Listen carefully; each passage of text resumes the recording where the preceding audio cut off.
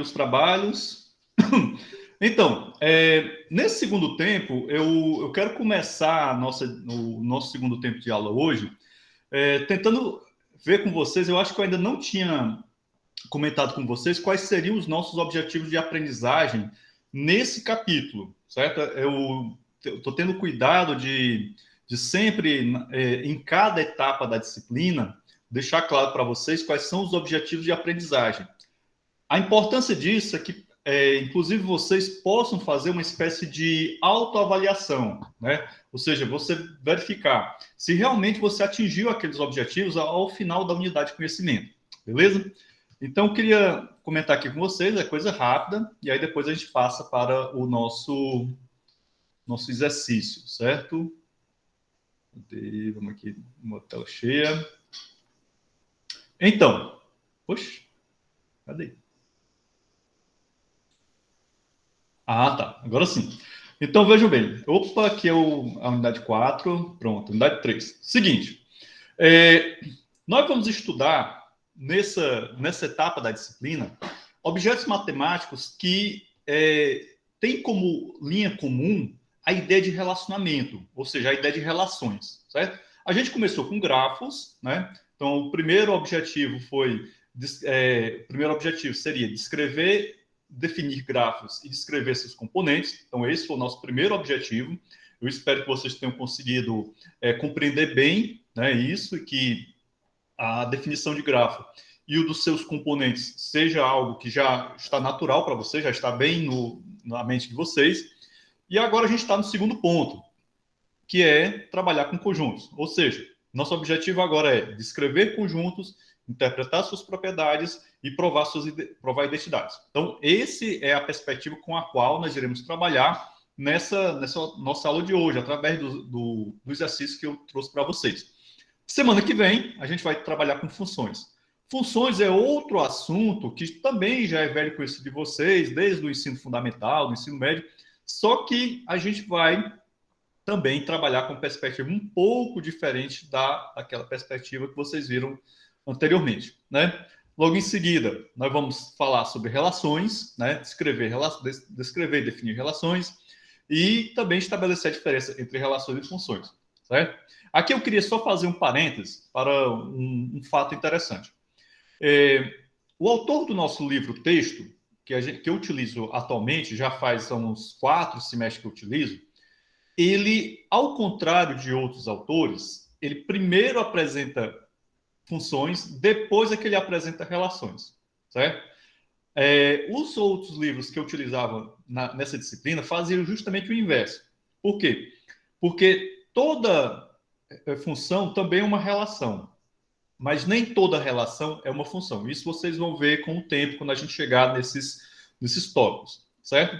Então, os outros autores, eles partiam de um conceito mais geral, que era o conceito de relações, e depois chegavam no conceito mais específico, mais especializado, que é o conceito de funções.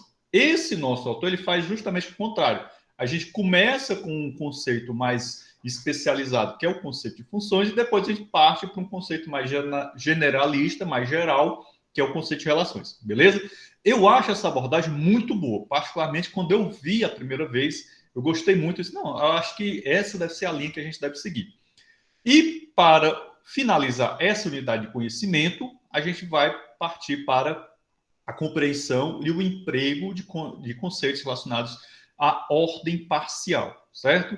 Entendido? Então, com isso, a gente vai fechando esse ciclo, né, esse conjunto de conhecimentos dentro do campo da matemática discreta, que tem como linha unificadora o conceito de relação, certo? Entendido?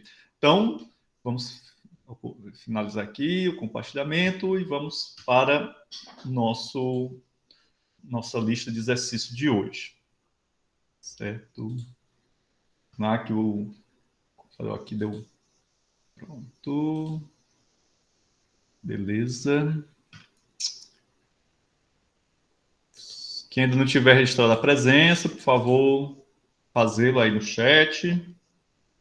Mas eu acho que todos vocês já registraram. Bom, meus amigos, vamos lá. Cadê aqui minha canetinha? Pronto. Vamos lá. Então, a nossa primeira questão, deixa eu só pegar aqui minhas anotações bonitinhas, deixar aqui para me auxiliar melhor. Então, é o seguinte, nós temos aqui na primeira questão o seguinte problema. Nós temos três conjuntos, conjunto G, aí, canetinha vermelha. Temos aqui o conjunto G, que é o conjunto de todos os cidadãos bons. O conjunto C, que é o conjunto de todas as pessoas caridosas. E o conjunto P, que é o conjunto de todas as pessoas gentis. Beleza? Então, o que é que ele está pedindo para a gente fazer? Ele pede para que a gente escreva essa sentença, né, que é uma sentença que está escrita em linguagem natural. Toda pessoa que é caridosa e gentil é um bom cidadão. Na linguagem da teoria de conjuntos. Antes da gente passar para a resposta dessa questão, é interessante e é importantíssimo a gente compreender, né, o que ele está pedindo. E também isso acaba nos ajudando a fazer um link dessa questão com diversos aspectos da nossa vida cotidiana. E aí, essa questão, apesar de ser muito simples, bastante trivial, ela ajuda você a compreender como é que eu posso utilizar a teoria de conjuntos nos mais diversos momentos da nossa vida cotidiana. Né? Eu não sei vocês, mas eu, particularmente, muitas vezes quando eu estou lendo sobre alguma coisa, e às vezes até conversando com as pessoas, quando tem uma oportunidade de visualizar conjuntos na conversa ou no texto, eu estou visualizando. Isso é uma coisa quase que automática. Beleza? Então, vamos lá. Primeira coisa que a gente precisa compreender aqui nessa sentença é que nós temos aqui uma quantificação universal. Certo? Quantificação universal, todo mundo aqui está careca de saber o que é, estudaram lógica de predicados no primeiro período, revisaram lógica de predicados no início do nosso curso de matemática discreta, então não tem mistério. Então, estou quantificando aqui universalmente, então aqui o toda. Observe também que em cada um dos conjuntos eu tenho uma ideia de quantificação universal, correto? Continuando aqui. Nesse caso, eu estou dizendo aqui, ó, toda pessoa que é caridosa, né? Então, quem é o conjunto das pessoas caridosas? É o conjunto C, certo? Então, eu estou dizendo que toda pessoa que é caridosa, certo? E gentil, então eu estou aqui também falando do conjunto P, né, que é o conjunto das pessoas gentis. Então aqui eu tenho o conjunto C das pessoas caridosas e o conjunto P das pessoas gentis. Observe que eu tenho aqui uma conjunção, né? Esse I, vocês estão lembrados da ideia de conjunção lá da lógica proposicional. Então eu estou dizendo, ó, toda pessoa que é caridosa e gentil, né? Então estou fazendo a conjunção. De antemão, o que é que a gente já pode observar aí? Ora, tem uma conjunção de dois conjuntos, o conjunto das pessoas caridosas e o conjunto das pessoas gentis. Nessa conjunção, só estarão as pessoas que são caridosas e gentis. Beleza? Bom, e aí ele diz, continuando, toda pessoa que é caridosa e gentil é um bom cidadão. Um bom cidadão é o conjunto G, né? Então, o conjunto das pessoas boas, ok? Ó, dos cidadãos bons. Beleza? Então, nós estamos dizendo o seguinte, né? Vamos tentar entender aqui. Eu tenho três conjuntos, né? Opa! Eu tenho aqui o conjunto G, que é o conjunto dos cidadãos bons. Eu tenho aqui o conjunto C, que é o conjunto das pessoas caridosas. E tenho aqui o conjunto P, que é o das pessoas gentis. Correto? A primeira parte aqui da nossa proposição mostra uma conjunção. Então, nesse caso aqui, o que é que a gente pode fazer? Eu vou pegar aqui esse conjunto P, vou aqui juntar com o conjunto C, né, que é o conjunto das pessoas gentis, aliás, caridosas, e aqui, ó, onde eu estou pintando de verde, é justamente a interseção das pessoas caridosas com as pessoas gentis. Correto? Entendido? Então, somente nessa interseção aqui é que eu terei as pessoas que são caridosas e gentis. Todo mundo que é caridoso é gentil? Não, porque ó, temos essa parte aqui que é só das pessoas que são caridosas. Todo mundo que é gentil também é caridoso? Não, temos essa parte aqui que indica essas pessoas que não são caridosas, são gentis, mas não são caridosas. Somente essa parte aqui, tá verdinho, é que são as pessoas que são caridosas e gentis. Beleza? Bom, tranquilo, né? Bom, ele está dizendo que todo mundo que é caridoso e gentil, ou seja, essa interseção aqui, também ela é um bom cidadão, certo? Então, Nesse caso aqui, o que é que nós vamos fazer? Nós vamos pegar aqui o conjunto dos bons cidadãos, né? E aqui eu vou fazer afastar aqui esse conjunto, certo? Então, nós vamos pegar o conjunto G e vamos colocar esse outro conjunto aqui, esses outros dois conjuntos, dentro do conjunto G, certo? Por quê? Porque eu estou dizendo que toda pessoa que é caridosa e gentil é um bom cidadão, certo? Nesse caso aqui, o que é que nós vamos ter? Nós vamos ter que esses dois conjuntos, o conjunto C e o conjunto P, serão subconjuntos de G, correto? Porque são todos, beleza?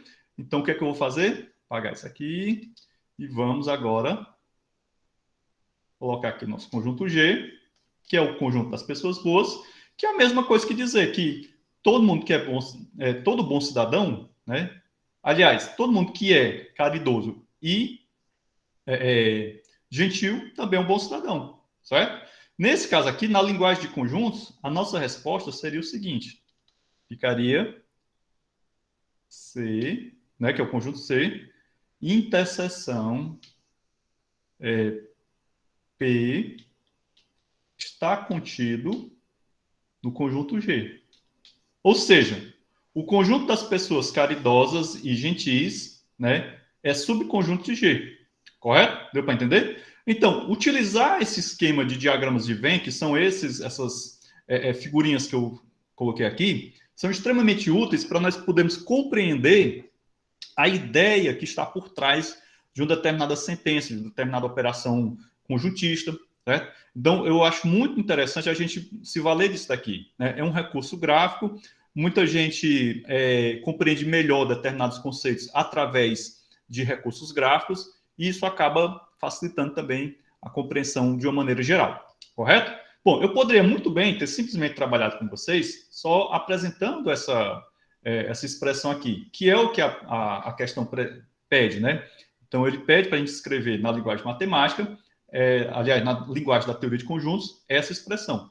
Mas eu preferi mostrar para vocês como é que a gente vai construindo, que, como eu já disse lá no início da nossa disciplina de matemática discreta, um dos nossos principais objetivos aqui não é a resposta, né? É, de fato, compreender o caminho que você percorreu para chegar até a resposta. Né? Então, é a minha principal preocupação nessas questões relacionadas à matemática discreta. Beleza? Então, vamos lá. Até aqui tudo bem? Alguma dúvida, turma? Todo mundo tranquilo? Sim ou não?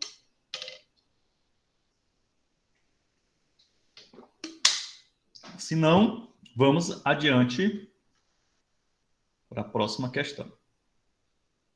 A próxima questão ela é mais complexa. Né? A próxima questão diz o seguinte: considere os conjuntos a seguir. Ela vai basicamente na mesma linha da questão anterior, certo? Só que ela é um pouco mais complicadinha.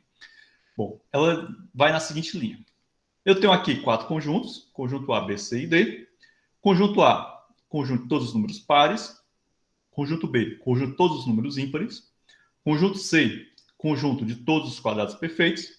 E o conjunto D, o conjunto de todos os múltiplos de 10. Então, aqui nós temos alguns conceitos que é bom a gente relembrar, né? Conceito de número par, conceito de número primo, conceito de quadrado perfeito e o conceito de múltiplo, certo? Então, vou partir do princípio que vocês recordam desses conceitos aí, beleza? Então, ele pede para que, usando apenas esses símbolos aqui, né? Esses símbolozinhos, beleza? Nós representemos, né? A gente escreva as seguintes sentenças. Se bem que eu estou vendo aqui que tem esse símbolo aqui, tá estranho. Eu acho que eu errei quando eu fui escrever isso aqui. Mas seria...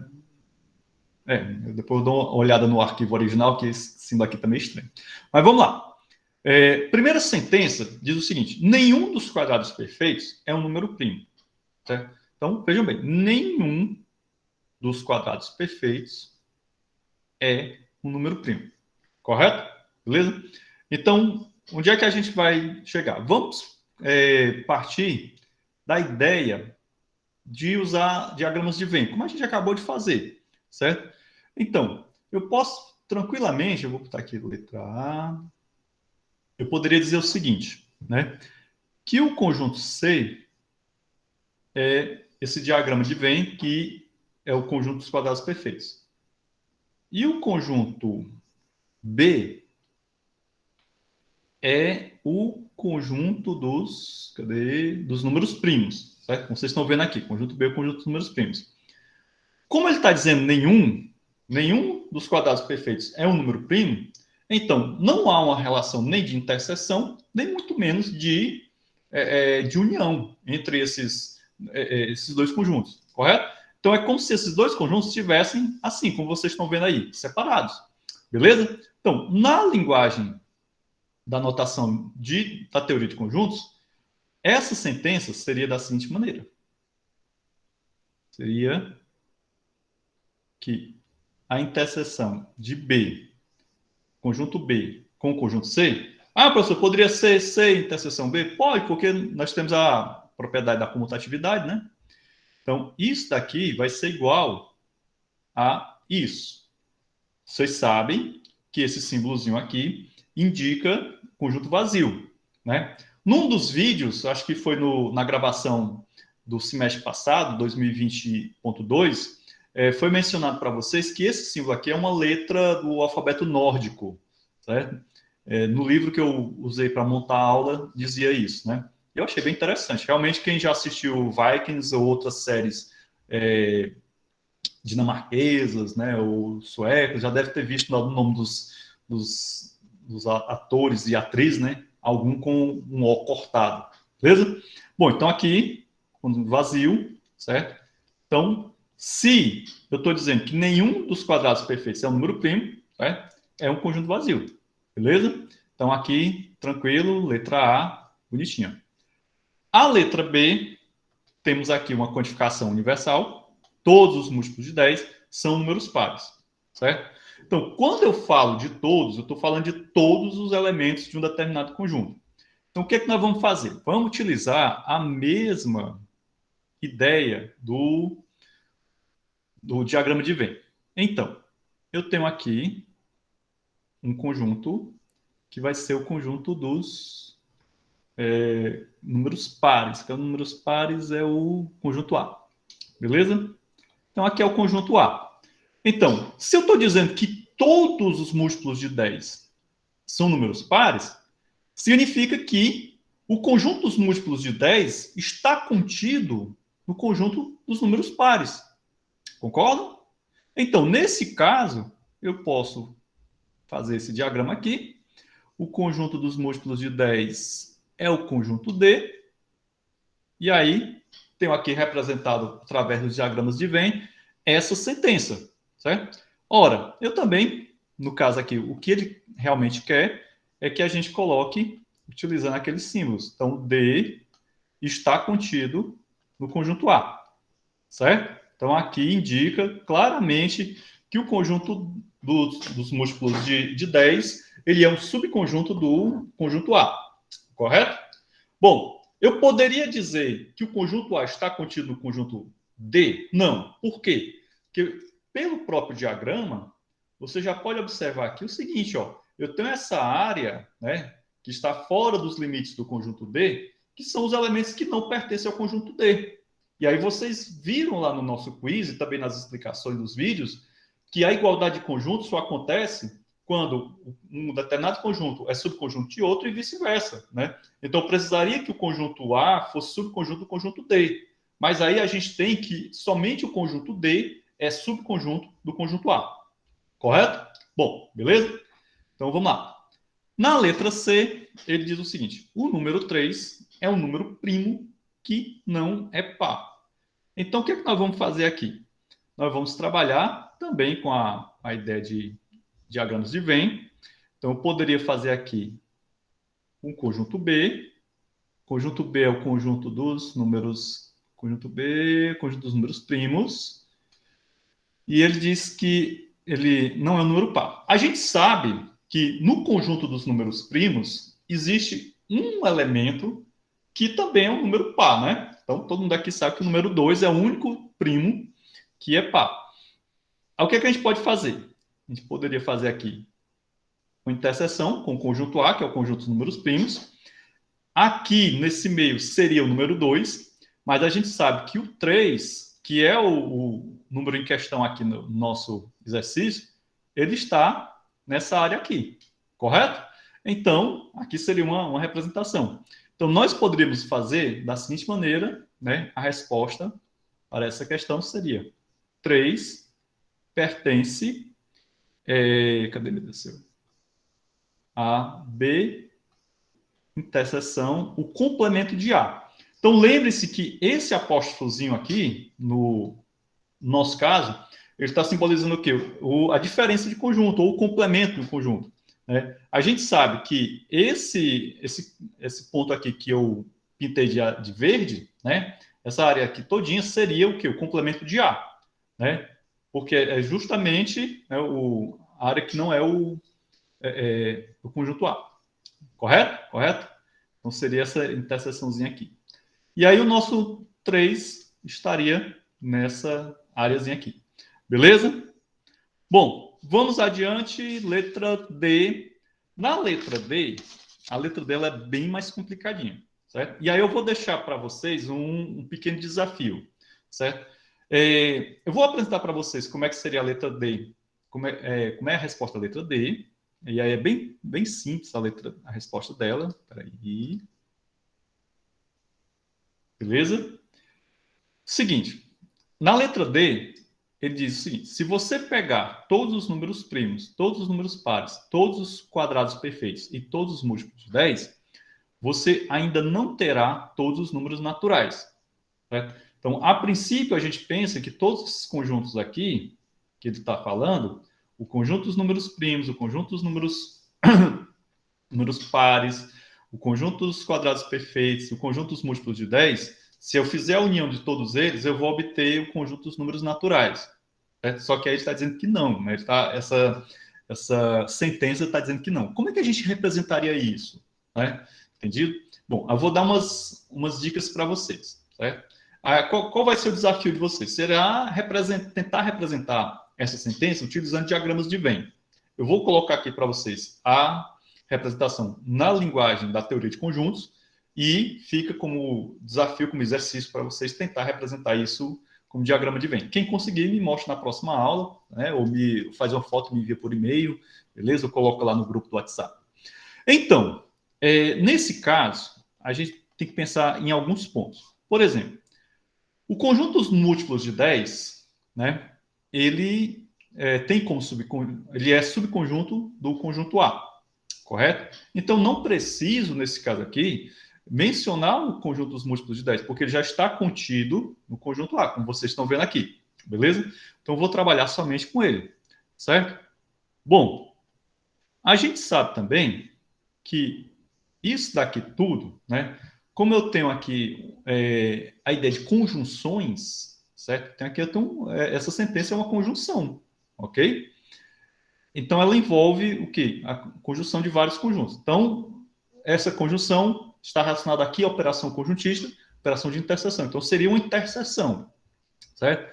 Nesse caso, observem bem, eu tenho ainda o conjunto B, que é o conjunto dos números primos, né?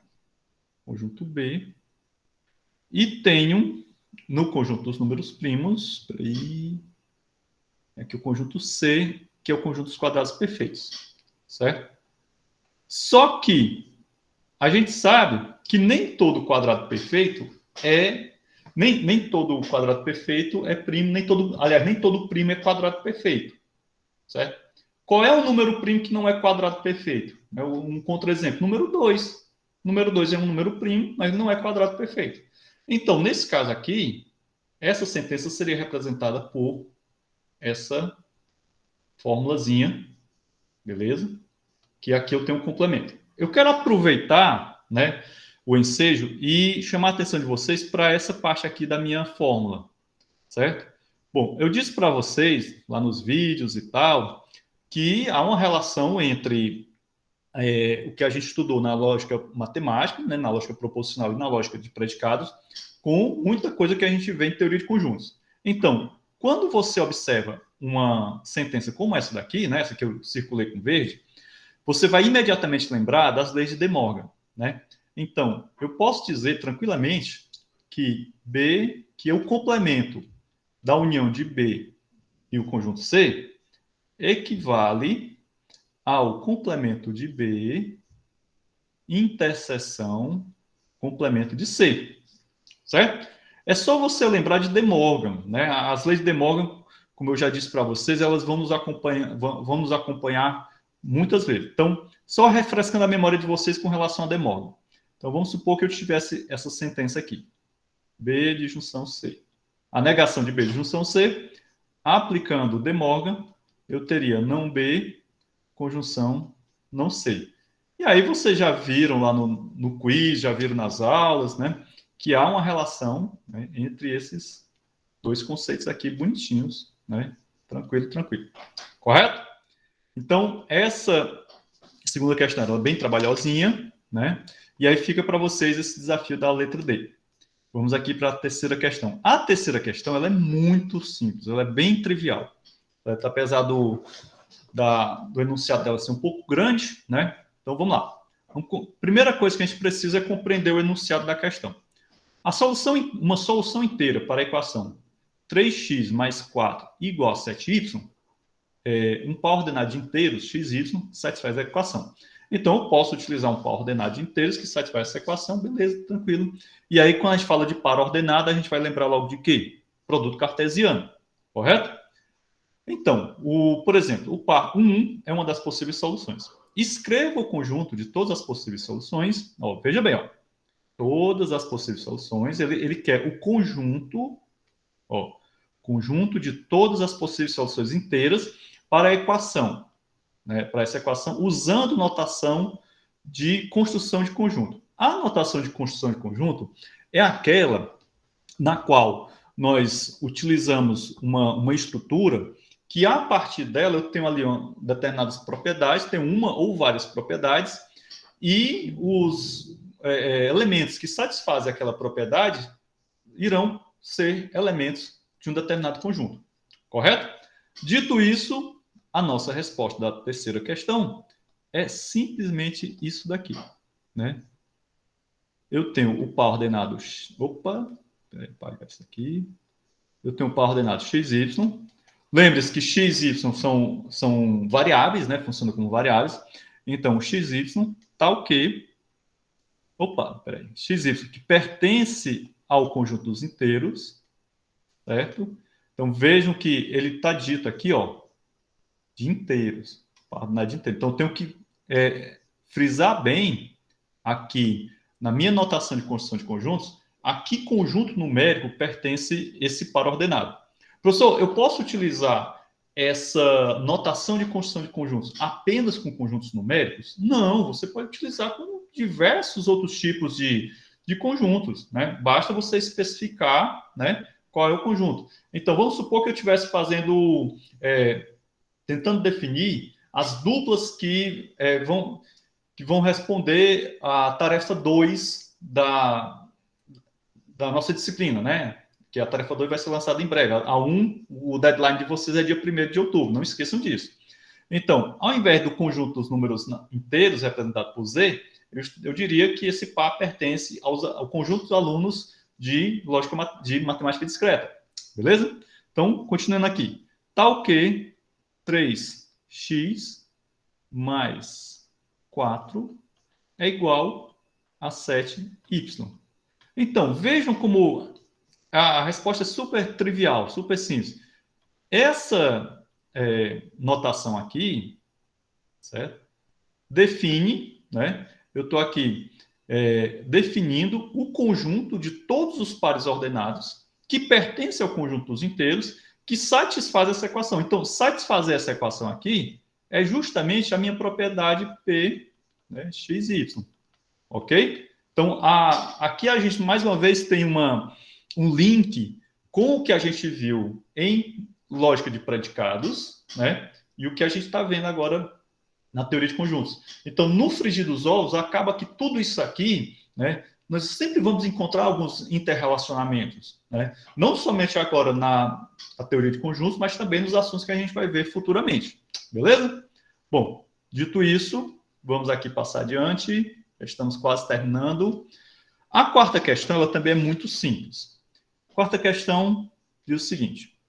Temos aqui um conjunto P, que é o conjunto de todos os inteiros pares, né?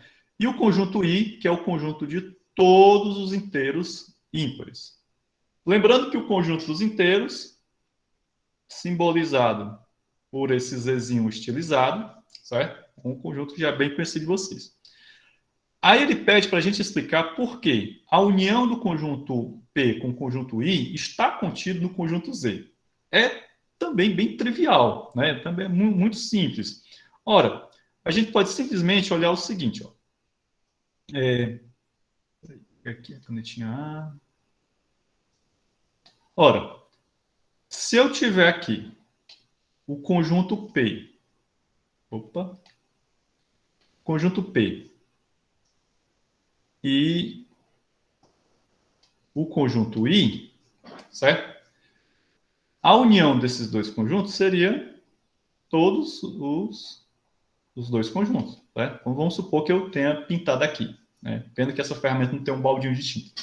Então, isso daqui, né, vai dar o quê? Vai dar o próprio conjunto Z, ok? Então, aqui fica fácil você ver, certo? Que o conjunto, que é a união de P união, está contida no conjunto Z. Ou seja, esse conjunto aqui, ele é subconjunto do conjunto Z. Então, fica fácil vocês perceberem isso, certo?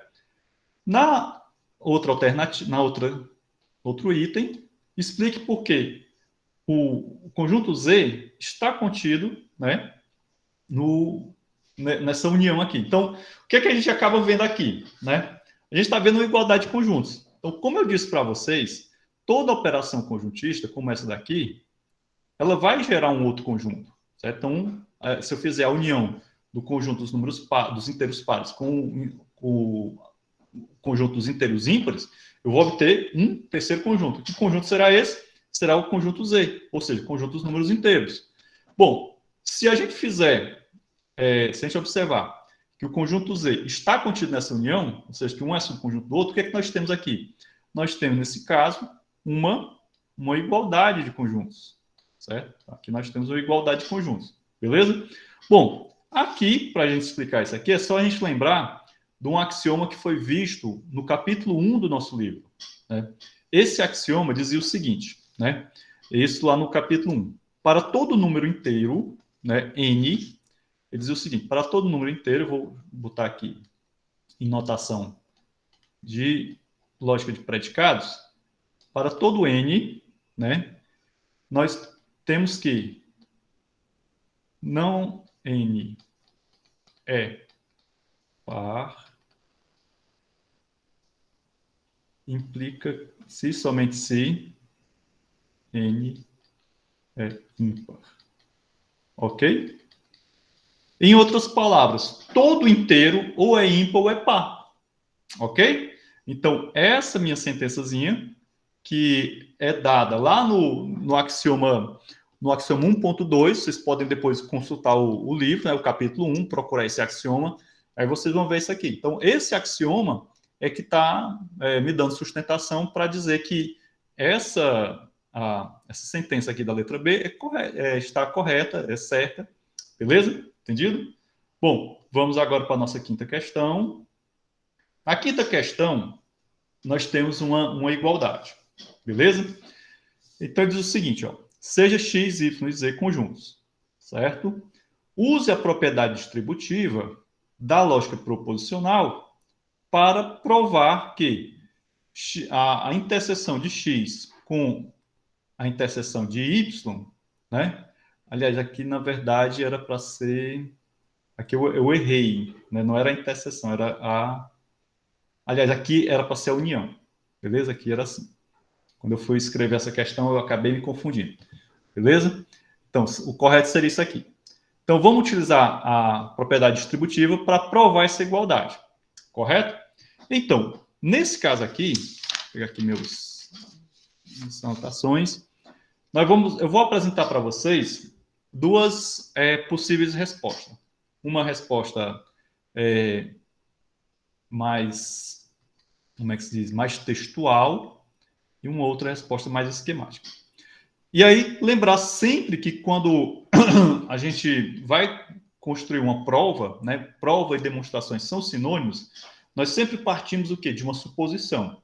Certo? A gente supõe algo, né, que é a nossa hipótese inicial, e a gente vai desenvolvendo um argumento com proposições que a gente também assume como sendo verdade, até chegar na nossa conclusão.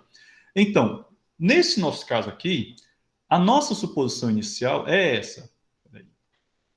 É essa parte aqui da igualdade, ou seja, é o início da igualdade. E a nossa conclusão é essa daqui, correto? Uma demonstração completa para esse problema envolveria duas subdemonstrações. Primeiro, uma demonstração nesse sentido. Então, eu ia supor essa conjunção, aliás, essa interseção, e teria como conclusão essa união. E na outra subdemonstração, eu iria supor essa união e teria como conclusão essa interseção, certo? Beleza? Então, isso seria uma prova bem mais completa, mas também daria mais trabalho. Para os nossos efeitos aqui, a gente vai trabalhar só em um sentido, ok? A gente vai partir daqui, da interseção, para a nossa união. Tranquilo? Então, vamos lá. Então, a primeira coisa que a gente vai dizer é o seguinte. Então, a gente vai assumir que o X pertence é isso daqui, ó. X interseção Y união Z. Lembre-se que eu errei aqui, não era interseção, é união, tá bom? Então a gente assume isso daqui, certo? Seja X pertence, porque o X é um elemento que vai pertencer a essa interseção, beleza? Em outras palavras, o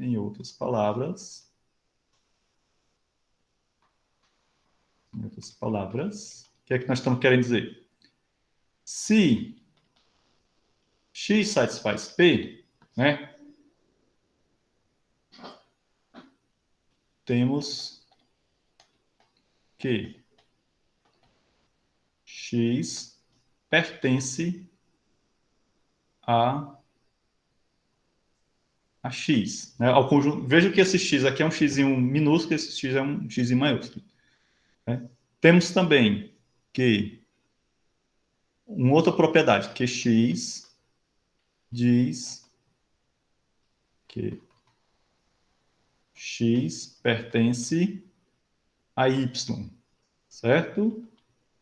E eu tenho uma outra propriedade, Rx diz que X pertence a Z. Certo? Pronto, beleza? Então aqui são minhas suposições, eu já estou começando a desenvolver a minha prova. E aí o que é que a gente vai fazer? A gente assume que... Aí eu vou colocar aqui embaixo, vai ficar melhor para vocês entenderem.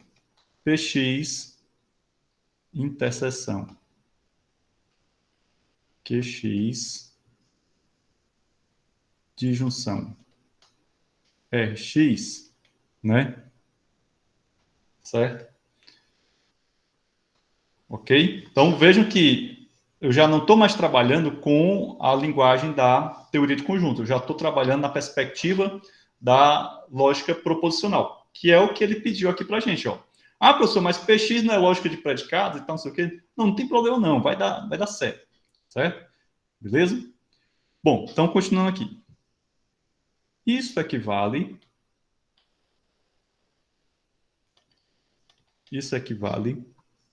a... Então veja bem.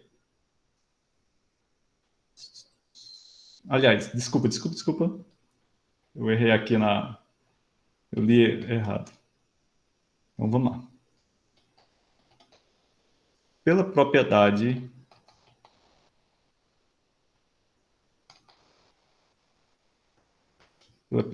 distributiva da, chamar só de LP, lógica proposicional, isto equivale ao seguinte: Px conjunção Qx, disjunção Px, conjunção Rx. Ok? Que em linguagem...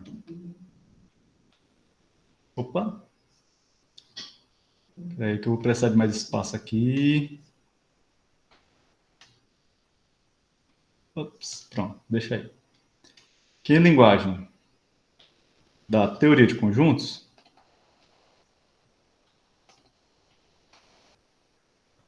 certo? O que é isso aqui na linguagem da teoria de conjuntos? De acordo com o que a gente falou anteriormente. É nada mais, nada menos do que x pertence a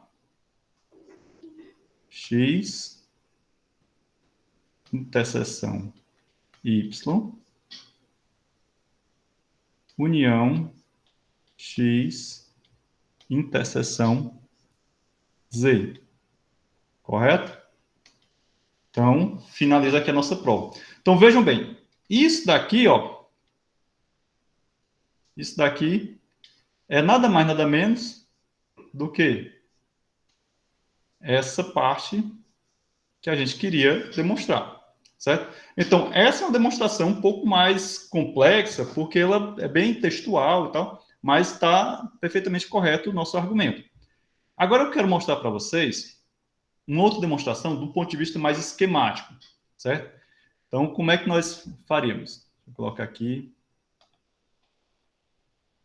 outra possibilidade. Inclusive, alguns livros de matemática discreta costumam utilizar essa demonstração que eu vou mostrar aqui para vocês. Esse esquema, né?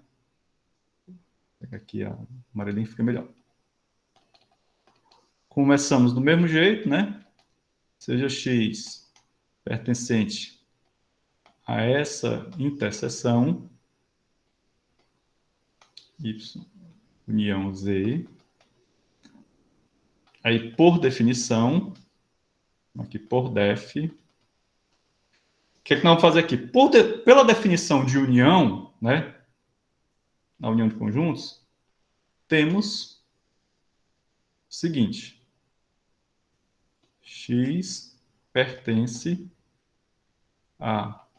de acordo com a definição de conjunto, aliás, da operação de interseção de conjunto, nós vamos ter isso aqui: x interseção y disjunção z. Certo? Ok? E aí, vou colocar isso assim. Isso daqui, pela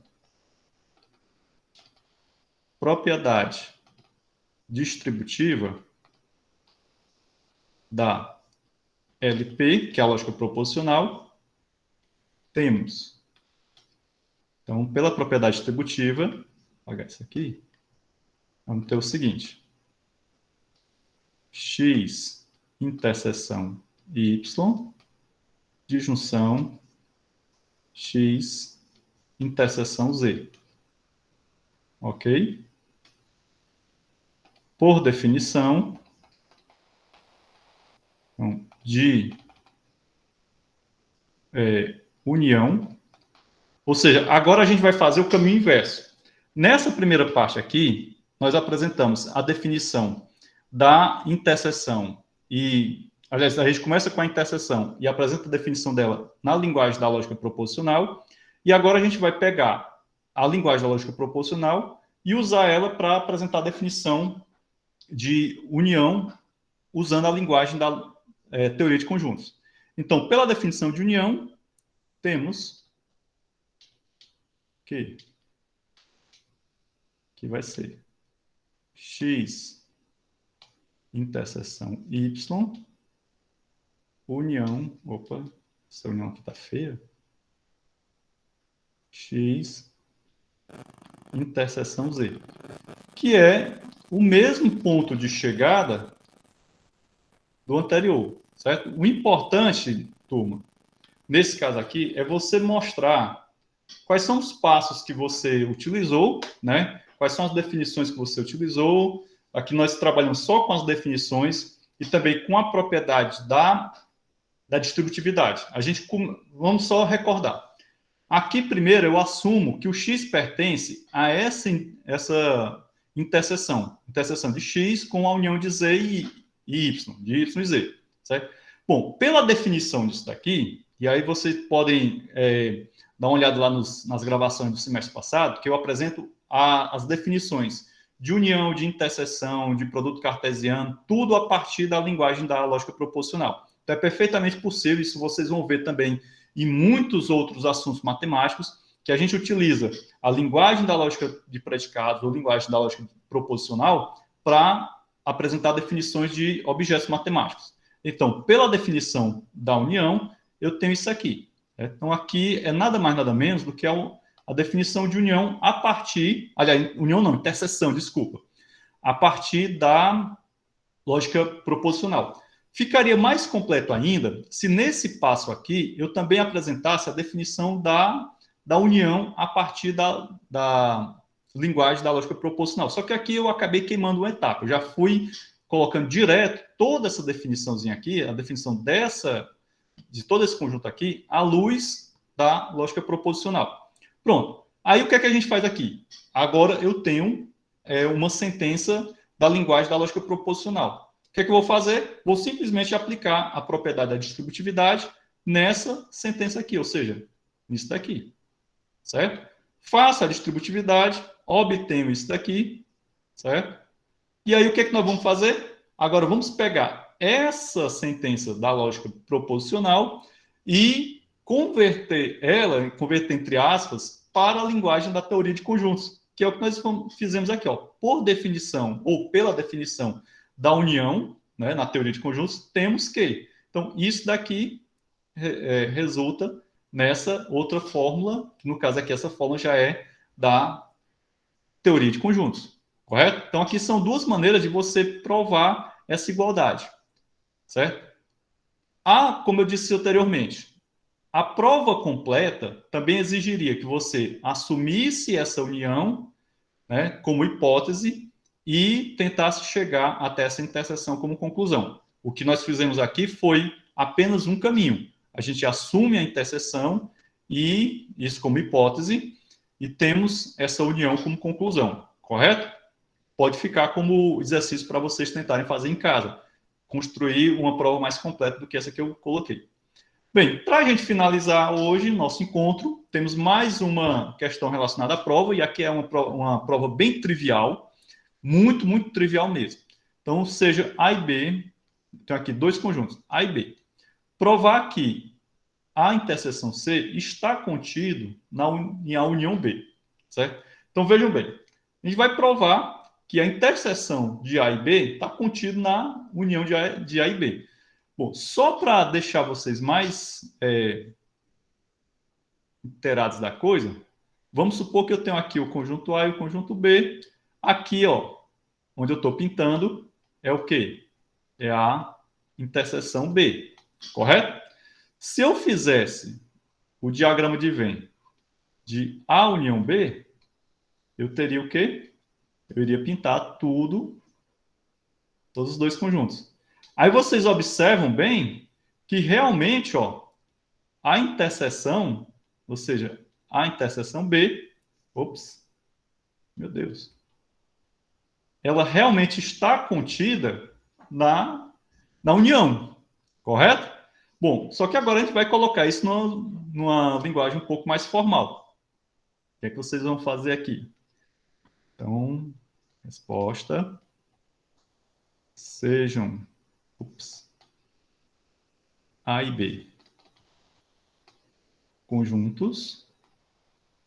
Então, vejam que é sempre aquele esquema que foi apresentado lá na aula de métodos de demonstração, né? No caso aqui é uma prova direta, beleza? Lembre-se que a prova direta, ela tem a seguinte estrutura, P com sinal Q, então eu suponho P e a minha conclusão é Q, e o esquema é, seja determinados elementos, né? A gente está especificando nosso universo, e suponha, e tudo aquilo que vem depois do suponha é a nossa hipótese.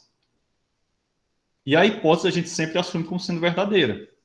E suponha que X pertence a A interseção B. Então, isso daqui é verdade. Se isso daqui é verdade, né? Então, por definição,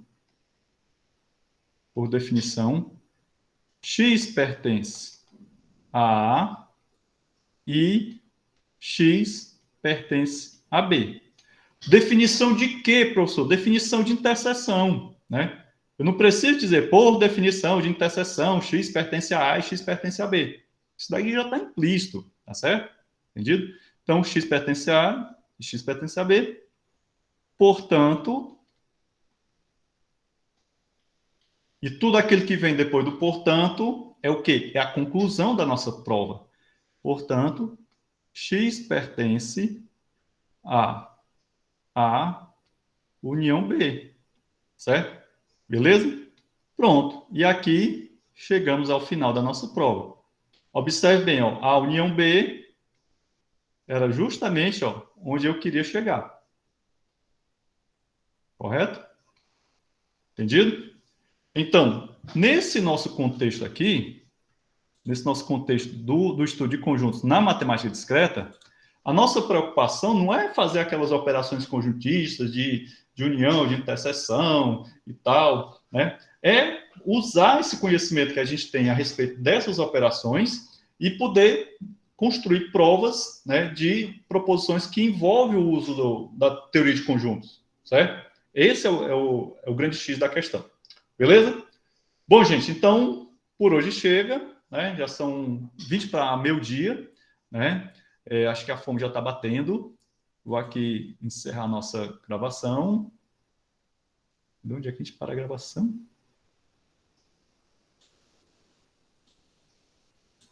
Ah, tá aqui. Interromper a gravação.